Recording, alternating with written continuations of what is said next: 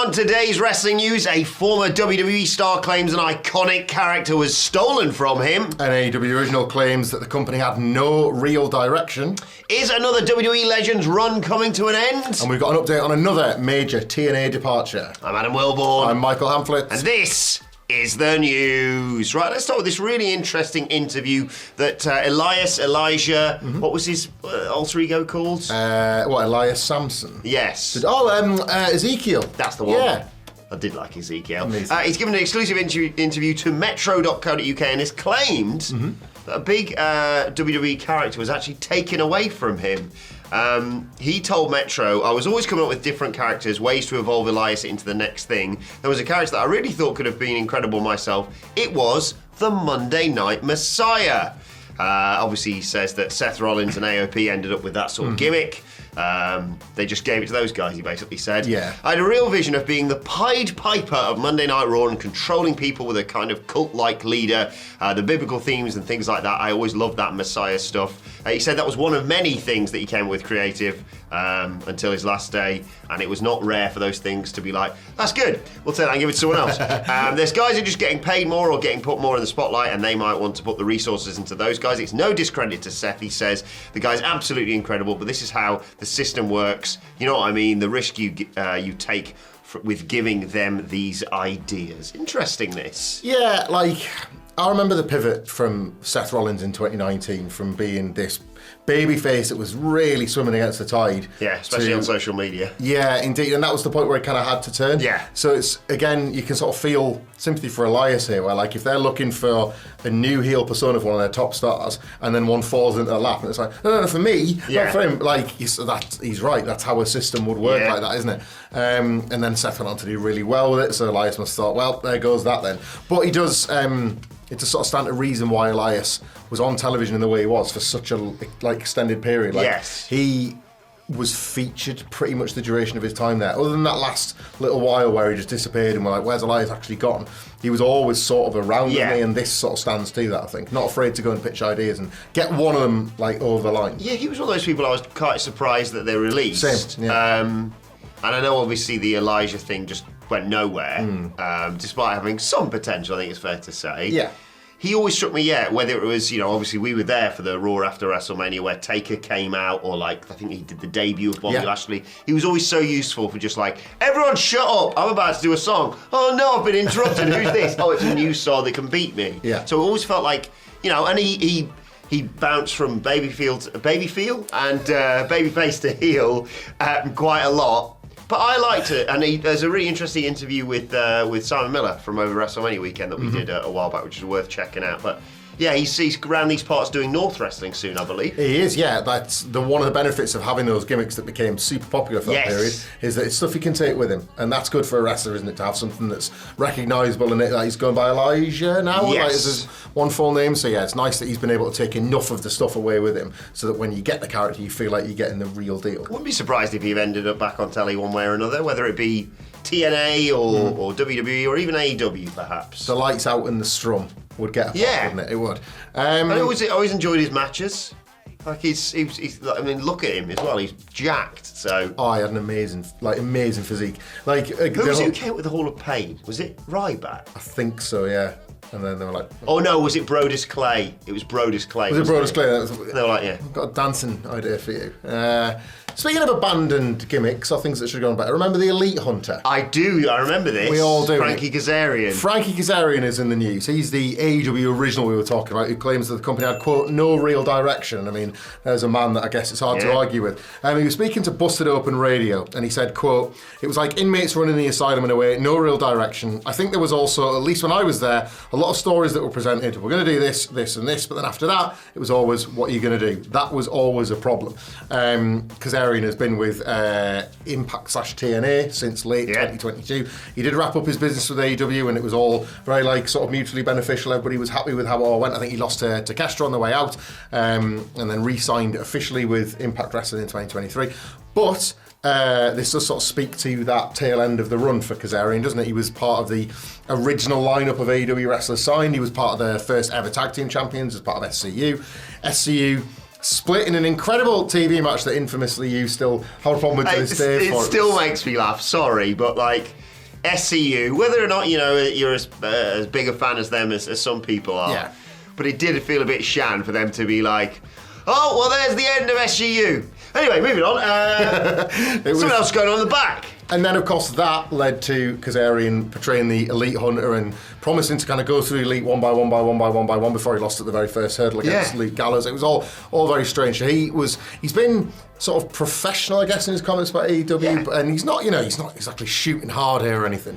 But it's just, I think this is one of them things in wrestling where you sort of get the snowball rolling down the hill, and this builds on some of the stuff we were talking about last week about the continued alleged disorganisation backstage within AEW. Yeah. And I think we're going to probably hear more from wrestlers who have worked there, not necessarily with an axe to grind, but with their own experience and their own story to tell. Yeah, I think it's from his perspective, I think it seems pretty fair enough, to be honest. Like you say, like you and I and Sidge were invested in the Elite Hunter. Like, oh, cool, he could build up all the way, maybe even challenges. Omega was world champion then, wasn't he? Maybe he challenges Kenny Omega for a world title on telly or pay-per-view or whatever.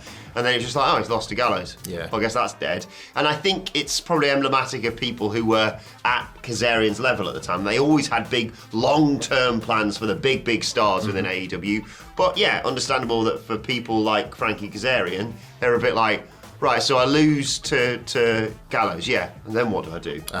And it felt he kind of lost his way after that. But I'm glad he's doing great for himself in TNA. He always kind of he's always felt a good fit in Impact, even pre-AEW. Yeah. Whenever he would bounce back to TNA or Impact, he was perfect right there, and the same thing has happened again this time around. So yeah, all well in Frank Kazarian's world now, at least. Good, glad to hear it. Let's move on and talk about another potential departure of a WWE legend. This comes from Mike Johnson of PW Insider. PWInsider.com, in fact, told that third-generation star Natalya, her WWE deal actually expires early next month. Another one of these stories we talked about with Drew, with Becky, Seth maybe as well. Becky's a free agent right now, if your stories are to be believed. Yes, indeed. Given Natalya's family legacy as well as her all-round great work in the ring, writes Mike Johnson, PW Insider has heard from a number of sources in recent weeks, surprised at how the company has been waiting to have discussions. One source noted that until 2 or 3 weeks ago, there had not even been discussions between the two sides, which is especially weird because, of course, Natalya's other half, TJ Wilson, big, important person within WWE. Often if you say, that was a great match, you produced that, it's TJ Wilson. Yeah. WWE sources said they see the situation as having time to lock in a new deal. And again, a sort of microcosm of what WWE's doing, certainly since the merger, of rather than locking people down a year or 6 months, they sort of leave it a little bit late. But they have the confidence and obviously the resources to try and convince people to stay right up until the last minute. You sense as how he will probably stick around in WWE for obvious reasons, as I've just laid out there. But yeah, surprised that they've just sort of gone, like, Natalya's probably going, you do know I could just leave in about a month's time. Yeah, it's like, as you say, another name now makes this feel more like something that we can start getting used to. But it's no less surprising all the same when the big names come up. Like, we're going to be doing the Raw preview later on, previewing what should be another big week for Chad Gable. And yet last week, all the conversation was around his contract and how soon that was to come to an end. Summer of Gable, please. Well, the anything of Gable if he doesn't re-sign. It's there. Natalya is somebody else. These are not particularly joined up with how people have been using television, because she's featured heavily recently in an NXT storyline that sort of slightly overlaps with what she's done in the main roster. It's not like she's been invisible, is it? No. And I just think it's interesting that, like, despite the fact that it appeared for a while at least, well, Triple H has been at pains to put over like his partnership with Nick Khan about like WWE's massive growth of late. This seems like one area where the two sides are not necessarily speaking to one another. Yeah, and I can understand right now with the way the business is that WWE probably are more confident than they were in, let's say, 2020, 2021, that people won't look at other options straight away and will, negotiate a deal to stick around, because AEW's got a lot of people and WWE is, without question, the hotter product right now. But it doesn't look like the boat is going to be setting sail from WWE shores anytime soon. So. A broadcast professional. There's a lot of people setting sail from TNA at the moment. We've got another one here. It's a name you might not be familiar with, but we'll give you a bit of information thanks to some fantastic reporting, again, from PWInsider.com, who named several people that were released. But most shocking of all, according to PW Insider, was Lou D'Angeli, the Vice President of Marketing for all of Anthem, who was considered one of TNA's highest-ranking officials. Just a bit of a profile on D'Angeli. Previously ran all the marketing for Cirque du Soleil, worked a little bit for WWE WWE for promoting WrestleMania Access, along with several other events. Came on board with TNA in 2022 as a consultant before becoming the Vice President of Marketing. And then the report goes on to add that the exit is especially shocking because of the role in TNA included attempting to bring CM Punk in. Remember when there was negotiations when that was happening in that kind of grey area?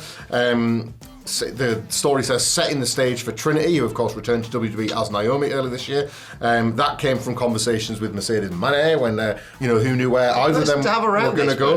Indeed, there was the possibility, if you remember, at one point of the Mercedes Moné and Mickie James match, which didn't come to fruition in the end. But like D'Angelo is credited with all of that, and Dave Meltzer added a little bit of context and colour to this as well. Said apart from the release of Lou D'Angeli and David Sahadi, who is famed for all those fantastic video packages and like kind of a legendary wrestling producer at this point, also was Lily Arenallo, who was D'Angeli's assistant in live event promotion and marketing. This is Dave's quote: "Clearly the company is going heavy into cost savings mode right now, but this has been called more than cutting to the bone and actually cutting bone." Back to the PW Insider report, just to say that when speaking to talents over the last 24 hours, the response was a mix of disbelief and sadness, given how much D'Angelo had been an advocate behind the scenes of pushing talents to take on additional roles, similar to what ECW did back in the day. So another one of them names that you're not necessarily familiar with until you hear the nature of their release. Obviously, we all knew of Scott D'Amore, but that one always springs to mind, that when talent are shocked and disappointed and letting their feelings creep out there online to various sources, and you have people that have got connections on the inside. I should note that the PW Insider report, which is excellent if you go and check it out, mentions that the various sources are asked to remain anonymous when talking about Lou D'Angeli. So whether or not that kind of plays into how things feel unsettled, everything we were talking about last week, the WWE relationship, I wonder what it's like in the TNA locker room right now, because like you say, they've got all this excitement around a partnership with WWE, NXT at the bare minimum. What it strikes me that some of the stars could easily jump to the main roster, or appear on the main roster, I should say. Jordan Grace obviously working NXT Battleground, fighting for the title. I'm working this week. Yes, of course, yeah. Oh God, it's this week. Battleground this week, and of course she's wrestling on telly on Tuesday night. But yeah, the Scott D'Amore departure, this departure. What was her name? Sorry, Lou D'Angeli. Lou D'Angeli, and I have to get the name out again. And Lou D'Angeli's assistant as well. I sense that both of them aren't going to be short of work with those sort of credentials. It doesn't strike me as a... Lily Arenallo was Lou D'Angeli's assistant. I two feel big like names ago. Lou D'Angeli, with familial connections, might have some, business stuff that they can attend to. Information just falls out of my head these days. Must be getting old. T-kids. Like hypothetically, obviously, if there were to be new members of the family, perhaps they could make a shocking appearance at a PLE. Yes, Jordan Grace is working this weekend. You just mentioned it, and yet I've already forgotten. Yeah, it's NXT Battleground. You grounded! Battleground! Bam! You're a winner! Ding, ding, ding, ding. Well, I don't get that bit. That's a casino thing. There's loads of casinos in Las Vegas, but obviously you wouldn't stay at a casino. You can't just sleep on the roulette table. Where would you stay if you were staying in Las Vegas? You can stay at a casino, because you can stay at the beautiful Oyo Hotel and Casino. Also, shout out to Eric Vasquez, who tagged me a thing of the weekend with the report about the Bloodline 2.0. Trying to hire thugs and criminals. Just a thought. Just a thought. So you tell me there's a chance. Ask questions. Right, let's move on to your Twitter questions at WhatCultureWWE on X. Of course, if you want to get in touch with us, first question today comes from Mark Hutchinson. Thank you, Mark, for your question. Hey guys, hope you're well. With Roman, Punk, Orton, Gunther, Styles, McIntyre, KO, Solo, Gable, etc. What a hell of a list that is. All being top titleless stars. Does WWE need another men's title? I know you guys aren't big on this, but wouldn't it help keep talent happy? No. There's a lot of belts. There's a lot of belts in wrestling. They've almost had a case study of this in AEW, haven't they? It's sort of happening at the moment. Yeah, the Will Ospreay winning the international title and then becoming #1 contenders of the world has basically just helped. And we've fantasy booked this as well. A bunch of people feel like they're going to get what they want and have a belt collector storyline where a unifies title brings them all together. I understood why WWE split the tag belts. Yeah, I agreed with that, yeah. I can sort of see on NXT specifically the need for a North American women's title, because that division is loaded, but I wouldn't even apply that to the main roster. No. And I certainly don't think there's any need for any more. Or you could have it float between all three shows, I suppose. That at a push, at an absolute push. I think you need to look. I mean, look, that is a list of wrestlers that at least implies that you could find space for the title. But all that title would do would remove the need for stories to be told. I'd say that, yeah. Like, belts become the easiest way to set a match or set a reason for two wrestlers to fight. But what happens is, as a result, you replace any sort of emotional connection. And ultimately, if you've just got sort of a PLE or a pay-per-view with 7 or 8 matches on and 5 of them are for titles, that potentially means that 4 of those 5 don't even have big angles. It's just, look, I know there's nothing wrong with saying, I want to win your title, but that over and over and over and over again gets a bit I don't know what belt it would be. Like, they've raised that prestige of the IC title. Yeah. The US title probably isn't quite on the same par of it, but it is like, just get it away from that bloody Logan Paul. They got that toy world title of man. They have, like, Seth Rollins ultimately. Damian Priest, I would say to a lesser extent, but that field of contenders makes that title feel important. Yeah, and if they had like a cruiserweight title, they're just making a rod for their own backs. Then they'd be like, right, we're not doing anything with Kevin Owens. Can we try and get him a cruiserweight? Like, yeah. Yeah, I get it. I do get it. I know people like belts, the physical belts themselves, but I just think we're about that sort of like breaking point with titles as it is in wrestling across the board. Was it 7 we worked out on AEW TV? Aye, something like that. And it doesn't feel much less in WWE. No. You could easily run a PLE every month and have them all be title matches. I'd have Ospreay go in that TNT title tournament as well. Just have them hold them all. Bring them all. One big belt, he's melted all down. There you go. It's a chain, like they melt down the urn. Oh, yeah. Right, second question today comes from TG Carter, who says, do you think one of those people at AJ Styles' son's graduation party, which you of course referenced on Friday night, was the world's strongest man himself, Mark Henry? Oh, I mean, nice stuff. I love this story. It's good stuff. It's good. I don't think anybody saw this particular development coming. It was almost funny that AJ Styles travelled halfway across the world to have a meeting about his future with the SmackDown GM, can't remember his name, and this is where we're now at 2 weeks later. So it strikes me as something that you come up with pissed off on a long flight home. You know what?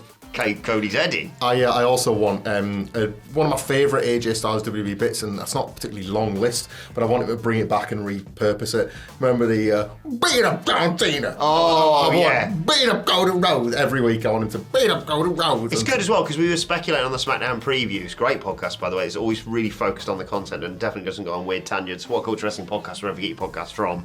Because we were saying, like, it's a short run, obviously, to Clash at the Castle, and it would feel weird to suddenly be like, Andrade wants to fight for the world title, actually. Yeah. You'd burn through someone. So to circle back for a critically acclaimed match, great, especially because, not that this excuses it, but it's not going to main event, is it? No. So it makes sense, and yeah, whether they do a stepped up rematch or whatever, they worked so well together. And in terms of echoing, as TG has alluded to, echoing the Mark Henry salmon jacket fake retirement, I believe someone, a legend, a real true journalist once said, greatness echoes greatness. I think he did, yeah. I can't remember who said that, but... and it passed the 7 years anyway. Make it a quote. It's like the 7-year rule has long passed, which makes us all feel ancient, but it actually has the 7 years. The only way it would have been better if he'd come out in a salmon jacket. And then I worry people would have been like, oh, that's where this is going, like before they were allowed to, you know? It was really, really good stuff. Of course, Cody. I was watching it thinking his jacket was blue. Cody can't burn through a match with Andrade because he literally did that in AEW a few years back. We need to wait and give that a little while longer. He's back. Anyway, final question today comes from the Suplexes and Stuff podcast, one of the best podcasts out there, Hamlet. That's not ours. Good morning, legends. Morning. If and when we see WWE talent pop up on TNA programming, when do you reckon it happens? Random TV tapings this month at Against All Odds, or do they wait for Slammiversary in July? Thanks and have a great day. You too. Is it a cop-out to say all of the above? I think that... Yes. All right. I'll have to say pay-per-views, but I think television to promote more on pay-per-view. I think you kind of have to do a little bit of both. I think you want ultimately, like a lot of TNA's TV is taped, so then there's going to be spoilers, which is less than ideal. But if you drip feed a couple of names on television and then either tease or just outright promote somebody for a pay-per-view, you might sell some tickets or sell some buys, or you can kind of have everything here. And the more it goes on and feeling like it's happening in an unpredictable way, the more this working relationship, I think, benefits both sides. An NXT star, as much as we might love them in our coverage of NXT, or as much as some of the, I think NXT feels like it's in a very good place at the moment. They're going to feel, I just think they're going to register differently within TNA. It's going to be like as good a, it's not technically an excursion, but it sort of is potentially, depending on how many matches there were. Good litmus test for them as well. Absolutely, yeah. You're going to see them in front of a new audience for the first time. It's going to be an audience of a similar size that they're going to be used to. honestly, as much as is available as part of this working relationship, I just would be wary if you're on the TNA side of this. I see the enthusiasm for this whole deal and I agree with it, but if you're more on the TNA side of things than WWE, like, just remember your history and just remember how this typically goes. I can understand why after the AEW thing, TNA/Impact fans would want it to maybe be a bit more even-handed. It won't go that way. It's WWE. They will get what they want out of all of this. They've already probably earmarked 5 to 10 stars. You would imagine so. Moose, Josh Alexander, we've mentioned before, you know. I mean, I believe in Joe Hendry. And, there are others, and again, this thing goes both ways. There'll be people wanting reps. All of it, I think, is the best way to do this. Create the sense that it can happen kind of at any time, and it elevates TNA sort of by default. You know what would be interesting if we, I'm praying for Joe Hendry to make an appearance like a Clash at the Castle. I think it'd be a huge pep if they use that to tease a TNA match. Like if they say something up there, like he comes out and answers an Elias-esque open challenge, and then it's like, right, okay, proper match for X belt or whatever because I was going to say, just do it at Slammiversary, but you're right, I think you need to do stuff building up to it. So, I mean, cryptic messages are very in right now, so, I mean, I'm still working on X+129, what the hell's that, from a few years back, but subtly but heavily implying so-and-so, Natalia, or I saw a graphic with her and Jordan Grace actually a while back, thinking, oh, that'd be fun, or anyone they're not really utilising right now. Like Apollo Crews just came back recently, and nothing's happening. Nothing's happening with him, so you might as well. And he's awesome. Just because you can put the world title on Stacks cold, it doesn't mean that you should. That's all we're saying.